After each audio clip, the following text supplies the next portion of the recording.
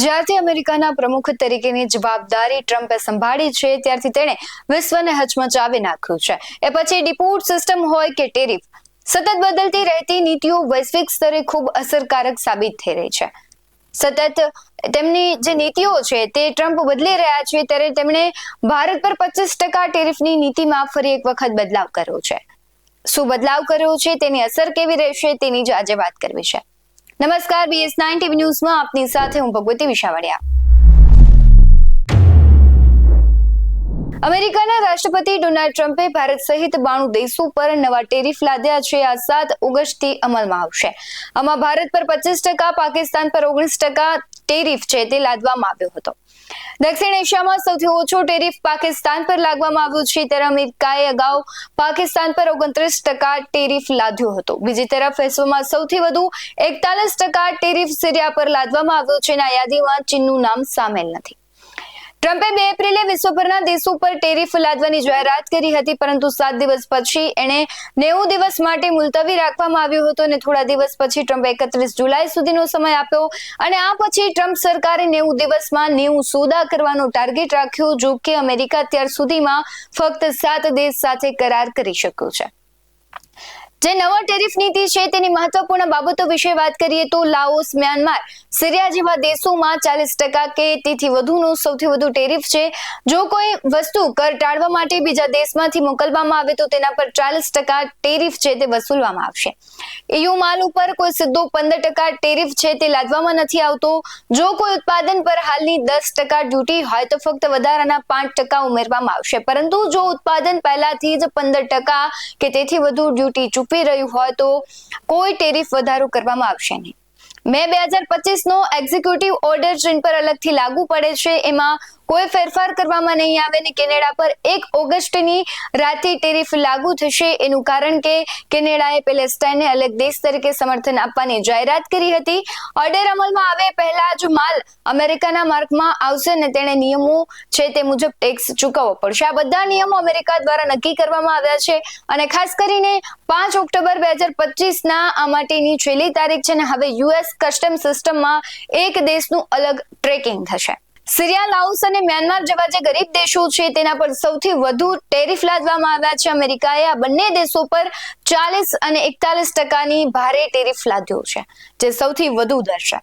અમેરિકાનો સિરિયા સાથે ખૂબ જ ઓછો વેપાર છે, પરંતુ હજુ પણ તેના પર 41% ઉચ્ચ ટેરિફ લાદવામાં આવ્યો છે। સિરિયા પર લાંબા ગાળાના આર્થિક પ્રતિબંધોને કારણે આવું થયું છે અને મોટા ભાગના જે કપડાં છે મ્યાનમારથી અમેરિકામાં નિકાસ કરવામાં આવે છે, જ્યારે મુખ્યત્વે ઇલેક્ટ્રોનિક સાધનો છે તે લાઓસથી મોકલવામાં આવે છે અને અમેરિકાને લાગે છે કે ચીન તેના માલ પર ભારે ટેરિફ ટાળવા માટે આ દેશનો ઉપયોગ કરી રહ્યું છે। એટલે કે ટેરિફ ટાળવા માટે મેડ ઇન ચાઇના માલ લાઓસ અથવા મ્યાનમાર જેવા દેશોમાં મોકલવામાં આવી રહ્યો છે। રોયટર્સના અહેવાલ મુજબ વાત કરીએ તો 2024માં લાઓસથી US આયાત બમણાથી વધુ થઈ છે અને આને સૌથી મોટું કારણ એ છે કે ચીની કંપનીઓને તેમની સોલર પેનલ ફેક્ટરીઓ લાઓસમાં ખસેડી, જેથી તેઓ ચીન પર લાદવામાં આવેલા ભારે અમેરિકન ટેરિફથી બચી શકે। હવે અમેરિકા આવા ટ્રાન્સશિપમેન્ટનો રોકવા માટે જે લાઓસ અને મ્યાનમાર પર ભારે કર લાદી રહ્યું છે અને હવે દરેક દેશને US કસ્ટમ સિસ્ટમમાં અલગથી ટ્રેક કરવામાં આવશે।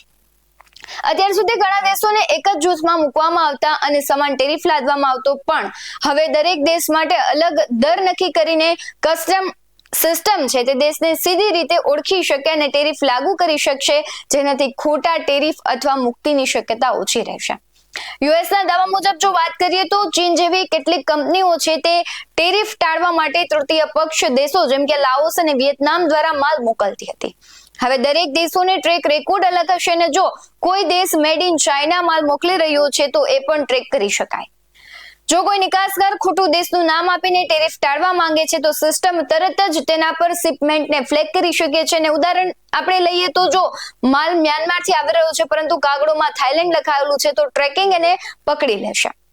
અમેરિકાને લાગે છે કોઈ ચોક્કસ દેશમાંથી આયાત વધી છે અને તથા અમેરિકન ઉદ્યોગને નુકસાન પહોંચાડી રહ્યું છે તો તે દેશ પર કેન્દ્રીય નીતિ છે અથવા ટેરિફ લાદી શકાય છે, જેનાથી અન્ય દેશોને અસર ન થાય। 2 એપ્રિલે ટ્રમ્પે બધા જ દેશો પર ઓછામાં ઓછા 10% ટેરિફ અને ઘણા દેશો પર જેવા સાથે તેવા ટેરિફ લાદવાની જાહેરાત કરી, પરંતુ હવે તેમણે કેટલાક દેશોના જે ટેરિફમાં ફેરફાર કર્યો અને આમાંથી ઘણા દેશો પર પહેલા ભારે ટેરિફ લાદવામાં આવતા હતા, પરંતુ હવે તેમને થોડી રાહત આપવામાં આવી છે. એપ્રિલમાં ભારત પર 26% ટેરિફની જાહેરાત કરાઈ હતી અને એ થોડી ઘટાડીને 25% કરવામાં આવી છે. એ જ સમયે પાકિસ્તાનને મોટી રાહત મળી છે. એનો ટેરિફ 29% થી ઘટાડીને 19% કરવામાં આવ્યો છે. કેન્દ્રીય વાણિજ્ય મંત્રી પિયુષ ગોયલે લોકસભામાં ટેરિફ મુદ્દે જ કહ્યું હતું કે અમેરિકા દ્વારા ભારત પર લગાવવામાં આવેલા ટેરિફની અસરો ચકાસવામાં આવી રહી છે અને જો રાષ્ટ્રીય હિતોને સુરક્ષિત કરવા અને આગળ વધવા માટે જરૂરી પગલાં પણ લેવામાં આવશે. કેન્દ્રીય મંત્રી પિયુષ ગોયલે એમ પણ કહ્યું કે મોદી સરકાર ખેડૂતો, મજૂરો, ઉદ્યોગ સાહસિકો, નિકાસકારો, MSME અને ઉદ્યોગ જગતના તમામ હિતકારોની રક્ષા અને સંવર્ધનને સર્વોચ્ચ મહત્વ આપે છે. ગોયલે ગૃહમાં આપેલા ભાષણમાં અમેરિકા સાથે વાતચીત વિશે જાણકારી આપી. તેમણે બંને પક્ષો વચ્ચે દિલ્હી અને વોશિંગ્ટનમાં સામસામે 4 બેઠકો થઈ અને ઘણી ડિજિટલ માધ્યમથી વાતચીતની પણ વાત કરી હતી. સમગ્ર વૈશ્વિક બદલાવો વચ્ચે ટેરિફ મામલે સતત બદલાતી ડોનાલ્ડ ટ્રમ્પની નીતિઓ આગામી સમયમાં ખૂબ અસર કરશે. પછી અમેરિકાની નીતિ પાકિસ્તાન ઉપર હોય કે પછી ભારત ઉપર હોય, દરેક વૈશ્વિક દેશો છે તેને ખૂબ અસર કરવાની છે. ઘણી વખત તેની અસરો સારી પણ દેખાશે, પરંતુ અમુક અંશે તેની ક્યાંક ને ક્યાંક જે અસર છે નુકસાનકારક પણ સાબિત થશે. તમને શું લાગી રહ્યું છે કમેન્ટ બોક્સમાં જરૂરથી જણાવજો. આવા જ વધુ અહેવાલો સાથે ફરી મળતા રહીશું. તમે અમારી YouTube ચેનલને સબસ્ક્રાઇબ કરવાનું, અમને Facebook અને Instagram પર ફોલો કરવાનું ભૂલશો નહીં. બાકી નવી અપડેટ્સ મેળવવા માટે આપ જોતા રહો BS19 ન્યૂઝ. નમસ્કાર.